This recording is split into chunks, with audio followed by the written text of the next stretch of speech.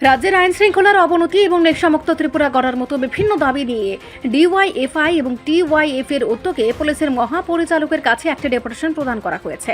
এই বিষয়ে সংবাদ মাধ্যমের মুখোমুখি হয়ে ডিওয়াইএফআই এর রাজ্য সভাপতি পলাশ ভৌমিক রাজ্যের বর্তমান পরিস্থিতির তীব্র সমালোচনা করেন।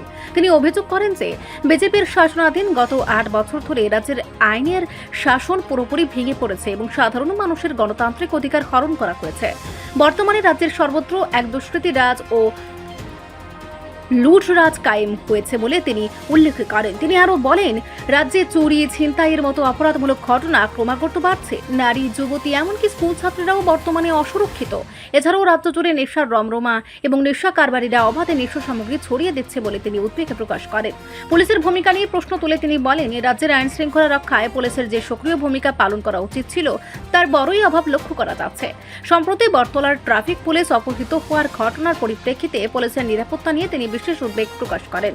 পুলিশ যদি কার্যকর পদক্ষেপ গ্রহণ না করে তবে তাদের আন্দোলন ধারাবাহিকভাবে চলবে বলে তিনি সাফ জানিয়ে দেন। তিনি আরও বলেন, রাজ্যে যতদিন এই জঙ্গলরাজ ও মণ্ডলরাজ খতম না হয় এবং আইন শৃঙ্খলার শাসন ও সুষ্ঠু শান্তিপূর্ণ গণতান্ত্রিক পরিবেশ ফিরে না আসে ততদিন তাদের এই আন্দোলন জারি থাকবে।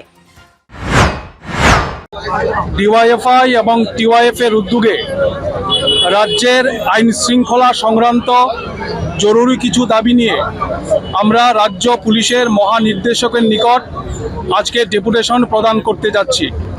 আমরা লক্ষ্য করছি বিজেপির শাসনে বিগত 8 বছর যাবৎ আমাদের রাজ্যে আইনের শাসন সম্পূর্ণভাবে উধাও। মানুষের গণতান্ত্রিক অধিকারকে হরণ করা হয়েছে। রাজ্যের সর্বত্র একটা দুষ্কৃতী রাজ, লুম্পেন রাজ কায়েম করা হয়েছে। প্রতিদিন চুরি ছিনতাইয়ের মতো ঘটনা আমাদের রাজ্যে বাড়ছে।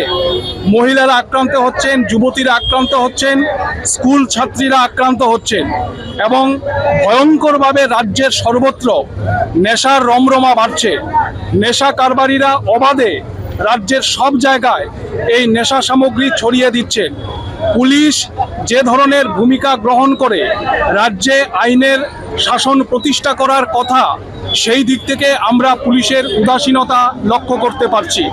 আমরা রাজ্য পুলিশের মহানির্দেশকের নিকট দাবি করব পুলিশের নিরাপত্তার জন্য, কারণ এই সময়ে রাজ্যের দিকে দিকে পুলিশ আক্রান্ত হচ্ছে। গত কয়েকদিন আগে বটতলায় একজন ট্রাফিক অফিসারকে দুর্বৃত্তরা, সমাজ বিরোধীরা অপহরণ করে নিয়ে গেল। আমরা রাজ্য পুলিশের মহানির্দেশকের কাছে পুলিশের নিরাপত্তা প্রদান করবার দাবি আমরা করব।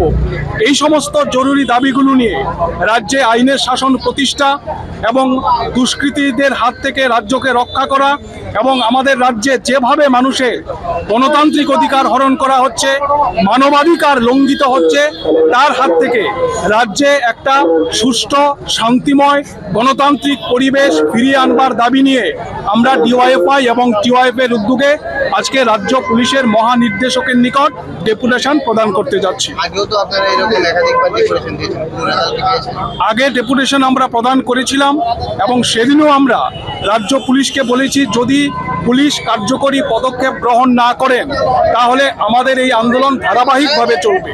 আমরা আগে প্রতিনিধিত্বমূলক ডেপুটেশন প্রদান করেছি, আজকে সাধারণ মানুষকে সঙ্গে নিয়ে, যুবদের সঙ্গে নিয়ে আমরা ডেপুটেশন প্রদান করতে যাচ্ছি এবং আগামী দিনে রাজ্যে যতদিন পর্যন্ত এই জঙ্গলরাজ খতম না হয়, মণ্ডল রাজ খতম না হয়, ততদিন পর্যন্ত আইনের শাসন প্রতিষ্ঠার জন্যে, মানুষের নিরাপত্তার জন্যে ডিওয়াইএফআই এবং টিওয়াইএফ এর এই আন্দোলন আমাদের ধারাবাহিকভাবে চলবে।